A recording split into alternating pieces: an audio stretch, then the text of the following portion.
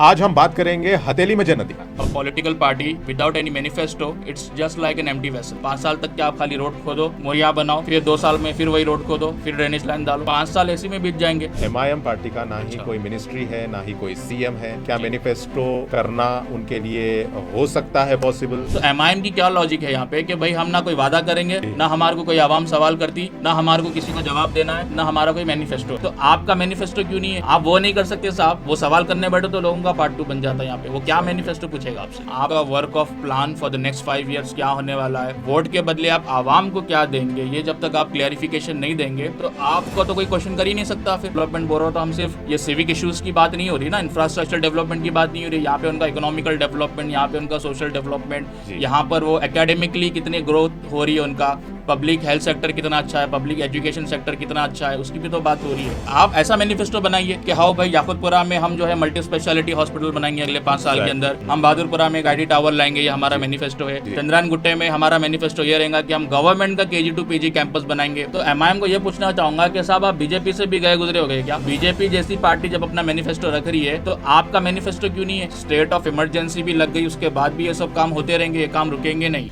आपके मसाइल meme TV पर, मैं हबीब उमर सफदर अली मुस्वी के साथ। आज हम बात करेंगे हथेली में जन्नत दिखाना, माफ करना सफदर, पार्टी मैनिफेस्टो के बारे में। ये आप बताइए कि ये पार्टी मैनिफेस्टो होता क्या है एक्चुअल में? देखिए, किसी भी पॉलिटिकल पार्टी, किसी भी सियासी जमात का मैनिफेस्टो ये होता है कि वो पार्टी वोट के बदले में आपको अगले 5 साल तक क्या देने वाली है। आप हमको वोट दीजिए तो अगले 5 साल हम जो है आपके लिए फला फला स्कीम देंगे या कुछ जो है आपकी खिदमत करेंगे। अब देखिए, इसकी बुनियाद जो है 2013 में इलेक्शन कमीशन की तरफ से एक मीटिंग भी बुलाई गई थी, जिसमें नेशनल पॉलिटिकल पार्टीज़ और मीटिंग किसकी जानिब से? इलेक्शन कमीशन की जानिब से। तो उन्होंने जो है 6 पॉलिटिकल पार्टीज ऐसे हैं इंडिया में जो नेशनल पार्टी रिकग्नाइज है, और 45 के करीब जो है स्टेट रिकग्नाइज पॉलिटिकल पार्टीज है जी। तो उनको इनविटेशन दिए। अब 45 में से सिर्फ 24 जो है पॉलिटिकल पार्टी जो स्टेट के है उन्होंने पार्टिसिपेट किया।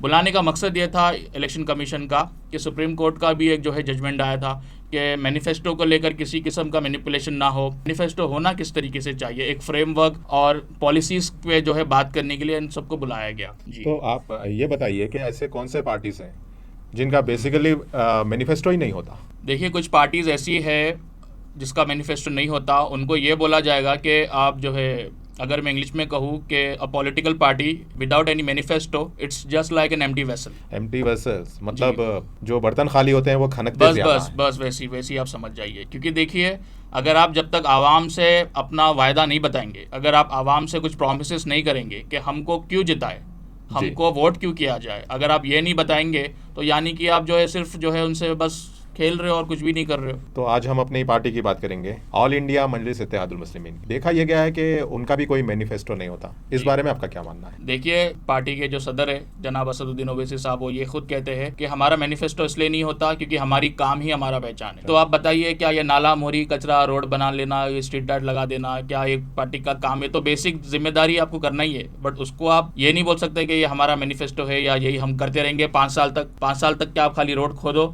मोरिया बनाओ, फिर 2 साल में फिर वही रोड खोदो, फिर ड्रेनेज लाइन डालो, तो 5 साल ऐसे में बीत जाएंगे। लोगों का तो कुछ डेवलपमेंट नहीं होगा, कोई वेलफेयर पे कुछ काम नहीं होगा। तो उनको भी चाहिए कि कोई मैनिफेस्टो निकाले अपना। मोरी, नाली, सड़क, यही सिर्फ बेसिक मसले नहीं है। बेसिक मसले ही है ये तो बहुत ही सिर्फ यही नहीं है, मतलब आपके बोलने का मतलब ये था।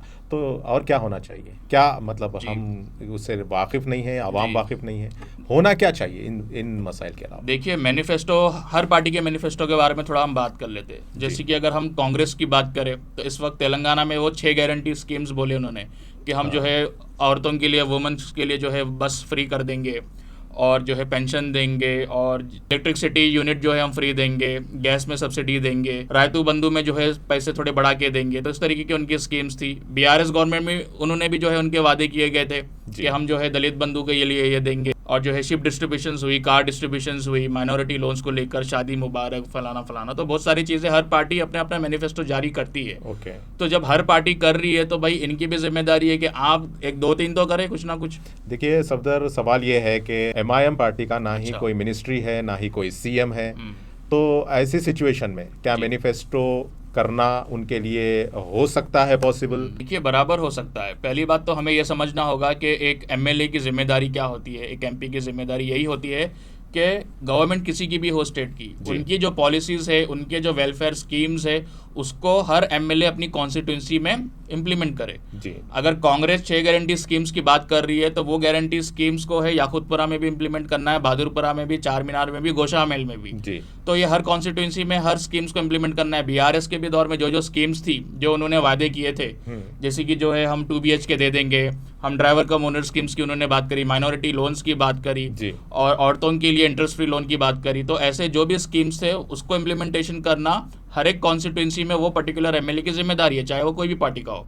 तो आपको वो चीज़ दिलाने के लिए आपको मिनिस्ट्री या सीएम बनना जरूरी नहीं है। आपको ऐवान असेंबली में भेजा इसलिए जाता है कि आप वो स्कीम्स को अपने हल्के में लेके, अपनी कॉन्स्टिट्यूंसी में लेके आके इम्प्लीमेंट कराइए। तो आप क्या समझते हैं, मतलब आपके हिसाब से कि एमआईएम को कौन से मैनिफेस्टो में क्या होना चाहिए, उनका मैनिफेस्टो क्या होना चाहिए जी, जो आवाम के लिए फायदेमंद? देखिए, मैनिफेस्टो क्या होना चाहिए उससे पहले हम थोड़ा इस पे मैं डिस्कस कर लेता हूँ कि जैसे मैंने बताया कि मैनिफेस्टो का ज़रूरी क्यों है, क्योंकि आप जब तक अपना मैनिफेस्टो, आपका work of plan for the next 5 years क्या होने वाला है, वोट के बदले आप आवाम को क्या देंगे, ये जब तक आप क्लैरिफिकेशन नहीं देंगे तो आपको तो कोई क्वेश्चन कर ही नहीं सकता। फिर अगर हम बीआरएस की बात करें तो बीआरएस ने जो वादे किए थे, जैसा 12% रिजर्वेशन फॉर मुस्लिम्स नहीं मिला, तो उससे जो है माइनॉरिटीज जो है परेशान थे, नाराज थे। ठीक है, दलित बंधु स्कीम्स काफी लोगों को जो है ऐसी भी है जो नहीं मिला, रायतू बंधु जो है वो भी काफी लोगों को नहीं मिला। तो कुछ तो उनकी भी खामियां थी जिसके वजह से लोगों ने उनको दोबारा नहीं चुना और उनको जो है कांग्रेस को जो है उन्होंने मौका दिया।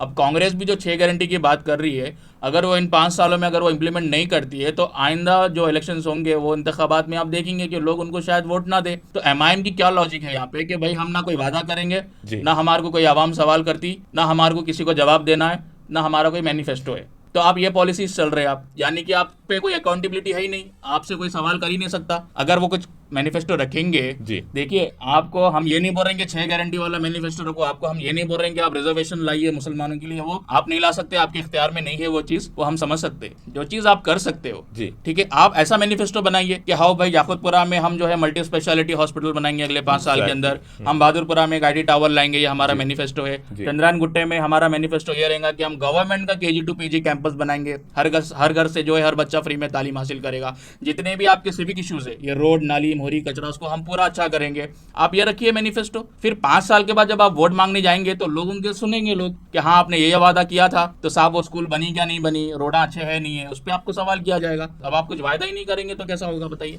तो सफदर आप ये बोल रहे हैं कि जो भी पार्टी मैनिफेस्टो अपना पूरा नहीं करती, अगले 5 साल अवाम उनको सबक सिखाते हैं। तो एमआईएम पार्टी का ना ही कोई मैनिफेस्टो बेसिकली है ही नहीं जी। और रही बात दूसरी अवाम के सबक सिखाने की, तो वैसे भी तो काम चल रहा है जी। तो इस सूरत में आप अवाम और हुक्मरान दोनों को क्या मैसेज देना चाहेंगे? देखिए, काम चल रहा है बोले तो अब होल सिटी में तो कोई ऑप्शन ही नहीं है। मैं यही बता रहा हूँ ना, नाला, मोरी, रोड बना देना, CC रोड, VDCC रोड, फिर 2 साल बाद फिर तोड़ना, फिर एक ड्रेनेज की लाइन डाल देना, मतलब 5 साल यही सर्कस चलते रहेगा तो लोगों का डेवलपमेंट कैसा होगा? यहाँ पे मैं जब मैनिफेस्टो या डेवलपमेंट बोल रहा हूँ तो हम सिर्फ ये सिविक इश्यूज की बात नहीं हो रही ना, इंफ्रास्ट्रक्चर डेवलपमेंट की बात नहीं हो रही, यहाँ पे उनका इकोनॉमिकल डेवलपमेंट, यहाँ पे उनका सोशल डेवलपमेंट, यहाँ पर वो एकेडमिकली कितनी ग्रोथ हो रही है, उनका पब्लिक हेल्थ सेक्टर कितना अच्छा है, पब्लिक एजुकेशन सेक्टर कितना अच्छा है, उसकी भी तो बात हो रही है। तो आप ये नहीं करके आप खाली यही बनाते रहेंगे, मैं यही करते रहूँगा बोले तो ना आपसे नाले मोरी बन रहा, ना आप कोई बड़ी वेलफेयर स्कीम्स लोगों तक पहुँचा सकते। यानी इस हिसाब से अवाम भी एक कुएं के मेंढक की तरह सोच का जाविया बनता दिखाई दे रहा है कि हम भी यही समझ रहे हैं अभी तक कि नाले, मोहरियाँ और सड़कें यही काम होने चाहिए।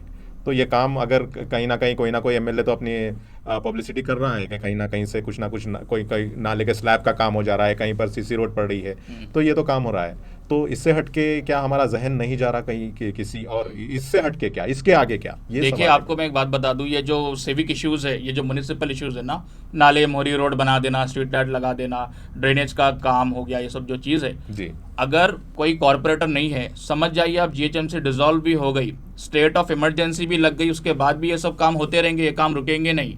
ऐसा काफी बार देखा गया है कि म्युनिसिपल कॉर्पोरेशन डिसॉल्व होने के बाद भी ये सब चीजें चलती रही है जी। क्योंकि जाहिर सी बात है, म्युनिसिपल कमिश्नर है, GHMC कमिश्नर है, असिस्टेंट इंजीनियर है, एग्जीक्यूटिव इंजीनियर है, जोनल कमिश्नर है, मेडिकल ऑफिसर ऑफ हेल्थ है जी। तो काफी लोग तो है ही मौजूद में, जो ब्यूरोक्रेसी है वो तो चलेगी, गवर्नमेंट मशीनरी तो चलेगी। तो आप कॉर्पोरेटर्स कर रहे हैं काम, ठीक है, MLAs इस चीज को सुपरविजन कर रहे, ठीक है, उसके बाद क्या करेंगे? देखिए, हर पार्टी कोई ना कोई वेलफेयर लाती है, आम आदमी पार्टी भी उनकी थी, कि भाई हम इलेक्ट्रिसिटी फ्री करेंगे, बस में जो है महिलाओं को फ्री देंगे जी। और 20,000 लीटर के पानी जो है उन्होंने भी जो है फ्री रखा। वो सेम चीज कांग्रेस भी कर रही है, बीआरएस ने भी कई हद तक करी। हालांकि मैं आपको ये बताऊं कि बीजेपी भी उनका मैनिफेस्टो रखती है जी। तो एमआईएम को यह पूछना चाहूंगा कि साहब आप बीजेपी से भी गए गुजरे हो गए क्या? बीजेपी जैसी पार्टी जब अपना मैनिफेस्टो रख रही है तो आपका मैनिफेस्टो क्यों नहीं है? आप लाइए माइनॉरिटीज के लिए एक अच्छा सा मैनिफेस्टो लेके आइए। आप लाइए, आप इंटरेस्ट फ्री लोन दूंगा बोल के निकालिए आप मैनिफेस्टो लाइए। आप बच्चों को भी ओवरसीज का जो है स्कॉलरशिप हम दिलाएंगे हमारी तरफ से। कितनों को दिलाए आप? वही है ना सवाल, क्योंकि जब आप वादे करेंगे तो उस पर सवाल होगा आपको। तो हम ना वादे करेंगे ना सवाल होगा हमारे से।